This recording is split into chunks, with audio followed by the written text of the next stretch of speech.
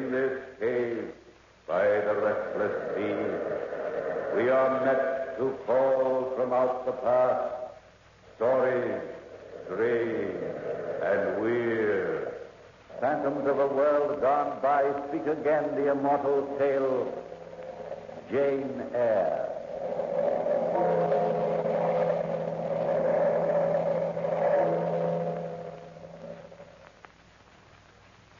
Dear Diary, March 1st, 1864.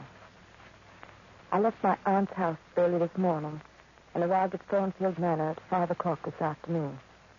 The house was dark and gloomy, and the winding path that leads to the house is shadowed by old trees. I like old trees usually, but these trees are gnarled and bent, like gnarled, bent old men.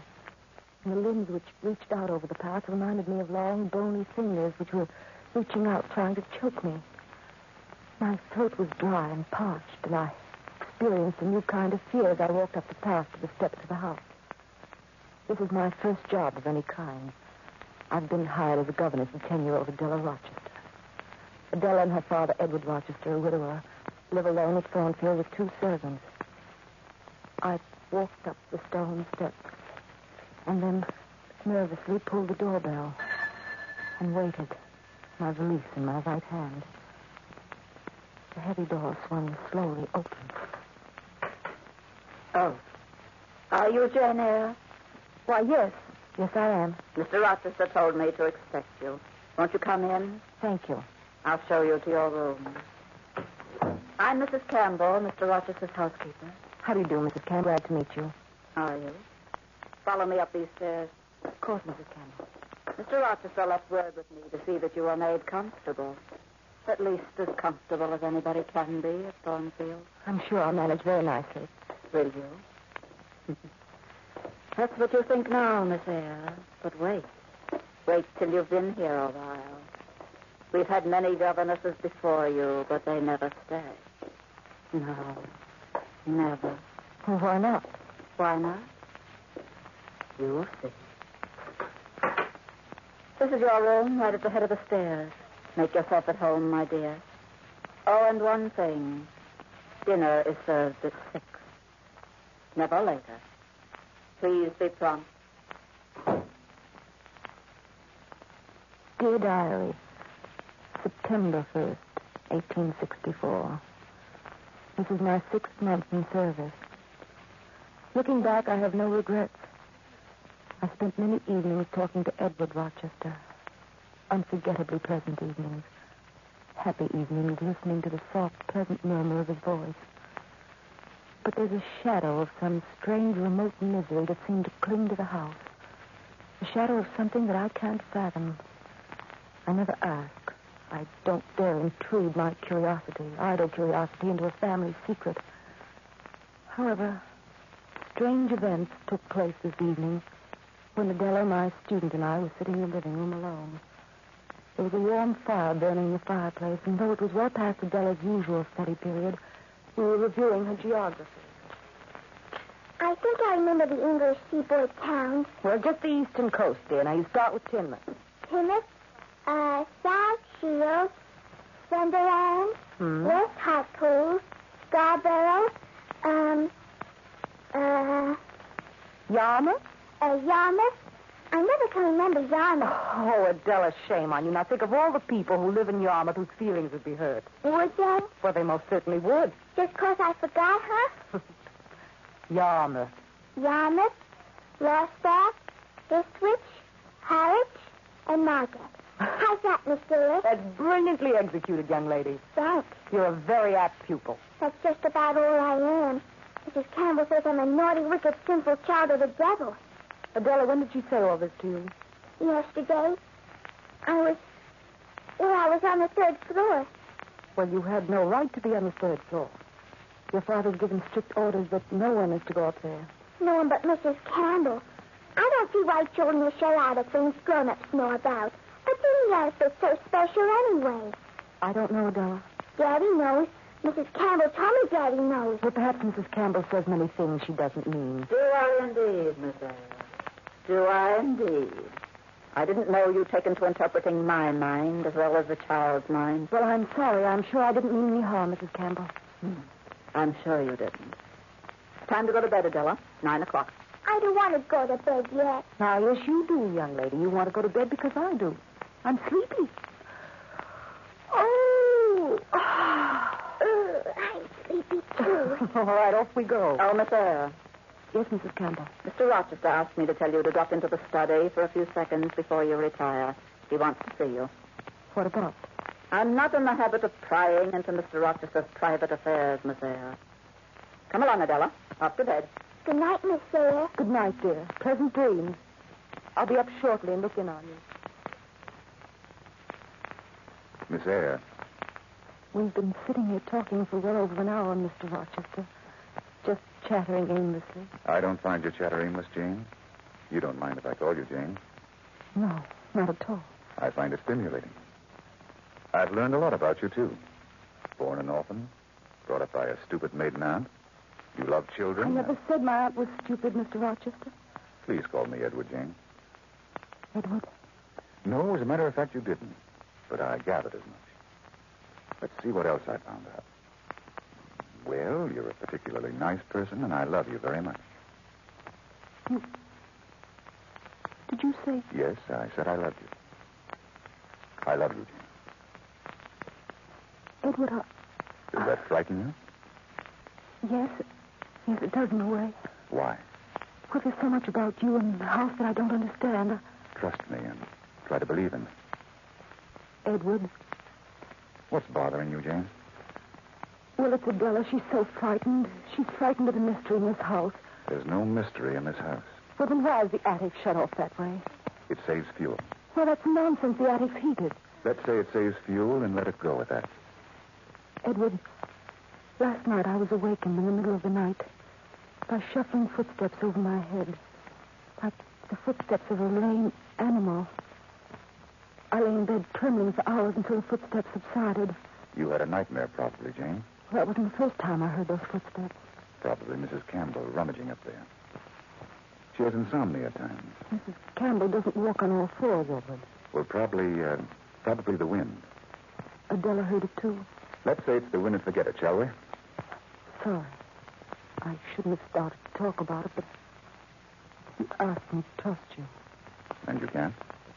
Well, you make it a little difficult, don't you? Jane, yes, I guess I do. Where are you going? To bed early.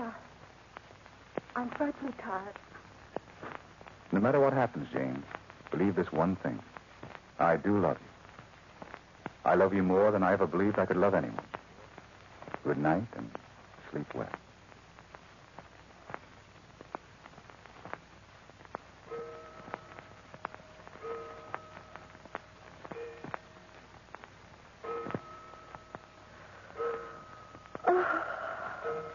Oh, I'm so sleepy. I'm so very sleepy. Oh, I wonder if he meant what he said. Now, why would he say he loved me? What's the secret in this house? What's that? Oh, I wonder if it'll start again. Oh, no, it probably was the wind. My imagination runs wild at night. No, no wind ever moaned like that. Not even a leaf on the tree outside my window stirs, and how could I even think it's the wind? Oh, Edward. Edward, what are you keeping from me? Oh, there it is again. Just listen to it walking up and down and scratching the floor. Like an animal of some kind, a caged beast. Just listen to it. Oh, what could that mean? It's not the wind, it's not my imagination. I'm awake, and yet No, that's not got to stop. It's got to stop. No! Miss Eyre! Yes, Adela, wait, I'll open the door. Adela. Listen to that. I'm scared. Of course you are, Adela, child. Of course you are. You're every night. What is it up there, Miss Eyre? What makes that awful sound? What is it? I don't know, Adela. child. Nothing at all, darling. You see, it's stopped now. I'm scared. I'm awful scared. Well, it's all over now, darling. Now come along. I'll take you back to bed. But you would have was after I tell my daddy and he'd make it stop. Oh, I'll come dear back to bed. Would he make it stop, Miss Eyre, wouldn't he? I'm so scared. So scared. Now hop into bed again, darling. And I'll stay right here next to you until you fall asleep. Never used to be like that. Never. No? When did this start, Adela? Just in the last year or so. Of course, I was never allowed in the attic. Never. Shouldn't say never, because I don't remember everything. Never. I'm sleepy. When you go back to sleep, Adela, you sleep, darling.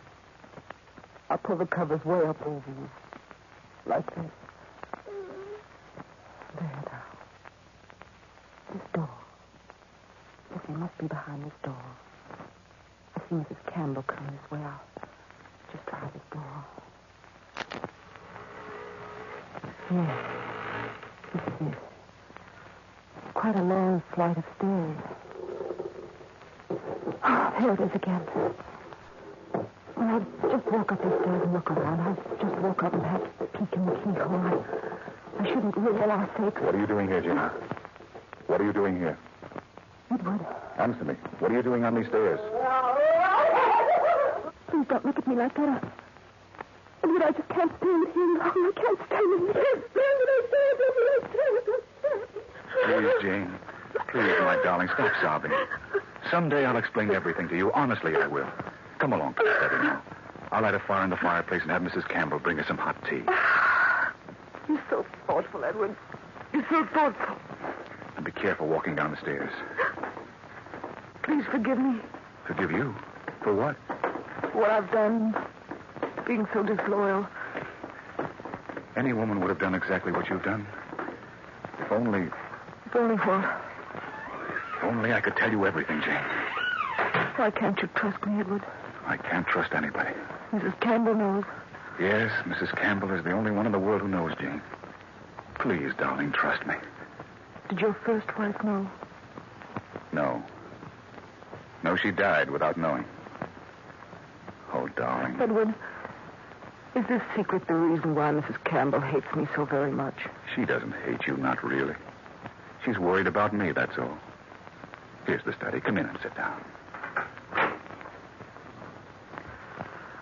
Jane. Yes, Edward. Being alone is... Well, it's not good for people, really. When two people are in love, the way we're in love. Yes, Edward. Well, if the obstacles which prevent their getting married can be ignored, if they trust each other. I mean, really trust each other. Edward, what are you trying to say to me? That I love you, Jane. Can you... Well, could you possibly believe in me enough to be my wife? Your wife? Please, darling. But Edward, Trust me. I've been fighting loving you ever since I arrived here, and I'm tired of fighting it. Edward, I'm tired of fighting something that's stronger than I am. You will, then?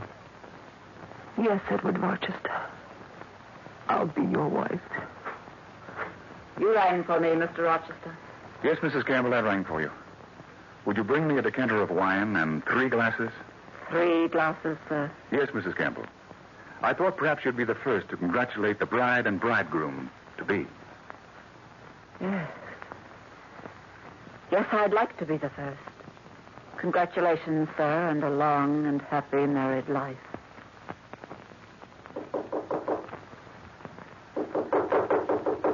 Come in. Good morning, Miss Eyre. Do you mind if I come in for a while? No, please do. I was just brushing my hair, Miss Campbell. Do you seriously intend to go through with this marriage, Miss Eyre? Why, yes, Mrs. Campbell. Oh, you fool, you idiot. Really, Mrs. Campbell? Take my advice and pack your clothes as fast as you can pack them and leave this house. I don't understand. Naturally, you don't understand. There are a lot of things you don't understand, Miss Eyre. I know there are. But I trust Mr. Rochester. Do you? Do you indeed? Yes, I do. And I don't like your attitude toward me at all. You don't? You don't like my attitude, eh? You've no idea what you're getting into. I came into this room with only one idea to warn you. And you, like a silly, sniveling schoolgirl instead of a grown woman, you don't like my attitude. Mrs. Campbell, if you admit that I'm a grown woman, then perhaps I'm old enough to make up my own mind. Perhaps you are.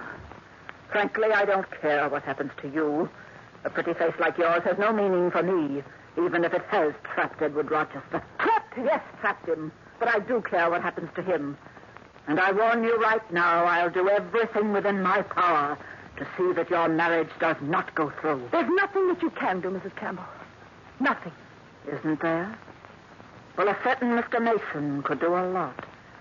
You won't be married for 4 days. And I can do a lot in 4 days. September 5th, 1864. Tears. My tears splotched the page as I write to you, dear diary. Today was my wedding day. Guests arrived as planned at 5 o'clock this afternoon. The minister waited at a hasty do altar in the parlor as Edward and I walked hand in hand toward him. Then the wedding ceremony started. Dearly beloved, we are gathered together here in the sight of God and in the face of this company to join together this man and this woman in holy matrimony, which is an honorable estate instituted of God, signifying unto us that into this holy estate these two persons present come now to be joined. If any man can show just cause why they may not be lawfully joined together, let him now speak, or else hereafter forever hold his peace. Wait a minute. I'll speak. I'll speak, although it should be obvious to others in this room that a marriage between Edward Rochester and anybody is completely illegal. Mason. Yes, it's me, Edward. How did you know? How did I know you were intending to get married?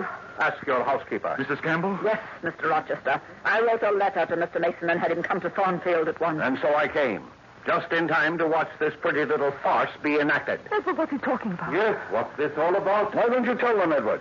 Tell them the truth. What is it, Edward? I can't tell them, but I'll show them. I'll show everybody what you did to me, Mason. Come along, everyone. Where are you going, Edward? To the attic, Jane. Come along, all of you. And I'll show you what he's talking about. I'll show you why Mason can speak now and speak fairly. I'll show you what he means. Well, ladies and gentlemen, this is the famous secret attic of my home. Follow me right here to the left. Oh, no. Listen to that, everyone. Listen. Do you know what that is? Wait till I open the door and you can see for yourselves. You'll see a woman running around a room like a caged animal, limping on all fours like a beast, with hair on her face and her arms, hair like a... You'll see, all of you. You'll see. Well, Bertha, how are you today? I like to dress. I like to see that. May I introduce my wife to you? This is my wife, Bertha Mason. My wife and his daughter, Mason's daughter. I was forced to marry her when I was a youngster. I never met this woman before I stood in front of the altar with her. You were given a good dowry at the time. Oh, yes. Yes, you provided an excellent dowry. And then when I drew my bride's veil off of her face, I saw this face. The face of a congenital idiot. Edward. Oh, but there was nothing I could do by the laws of the state and the church. You can't divorce an insane, a hopelessly insane woman. Edward, what of Adela? Adela's not my child. She's adopted. I need some interest in life. I needed someone to care for. And I thought Adela would be the answer to my loneliness. Until I met you, Jane. Oh, until I met you. Edward, my darling, what can I say to you? That you hate me and I don't blame you. She does hate you, Edward. And I don't blame her. I don't blame her at all. So, diary, so it was that I discovered the secret of the attic. Secret of the tragedy which clung to Thornfield. The guests left the house hurriedly. I went to my room and packed my clothes. Then I walked slowly downstairs, not saying goodbye to anyone, not even to Adela. I was confused and alone. foot of the stairs, Mrs. Campbell stopped me. Miss Eyre, are you leaving? Yes, Mrs. Campbell. Please say goodbye to everybody for me. I had to do what I did, Miss Eyre, for his sake and for yours. Yes, I understand. Please don't say any more. Yes, Miss Eyre. Take good care of Mrs. Campbell. I will, my dear. I will. Very good care of him. Goodbye and good luck. She said goodbye. For quite a while, I stood outside the door trying to collect myself. Then I started to walk down the road, alone. Suddenly, I turned around and gazed back at Thornfield.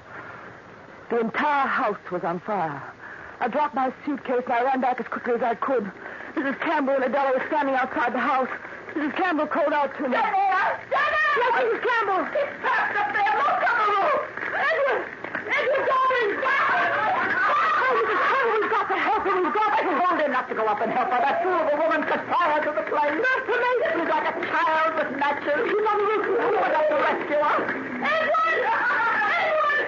Nobody won't get me up. I'm free! I'm free! I'm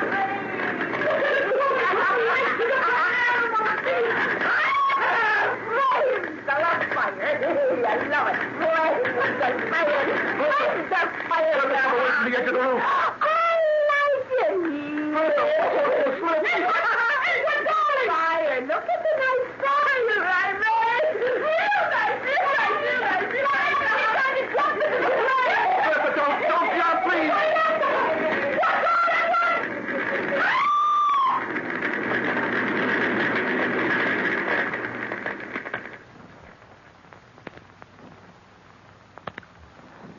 Bertha Mason slipped as she reached the edge of the roof and went hurtling over the edge into the flames below. As for Edward, somehow he managed to survive the fire and slip to safety. We took him to the hospital for immediate treatment. Now, as I sit by his bedside, writing to dear diary, gazing at the beloved features I know so well, I conclude the diary of Jane Eyre. Wait I must, perhaps for many months, but wait I will, to become the wife of the man I love. September 5th, 1864.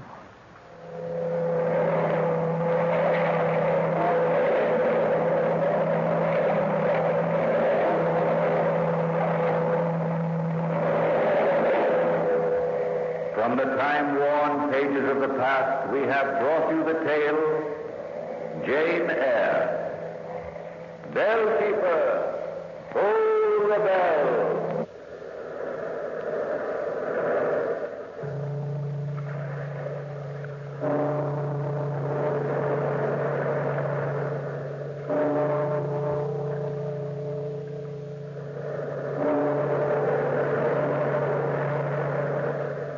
This is the United States Armed Forces Radio and... Return soon, brave listeners, to the shadows and secrets of Weird Circle, where each tale beckons you deeper into the unknown. Stay tuned for more chilling adventures from Golden Age Radio, rumble.com/c/GAR.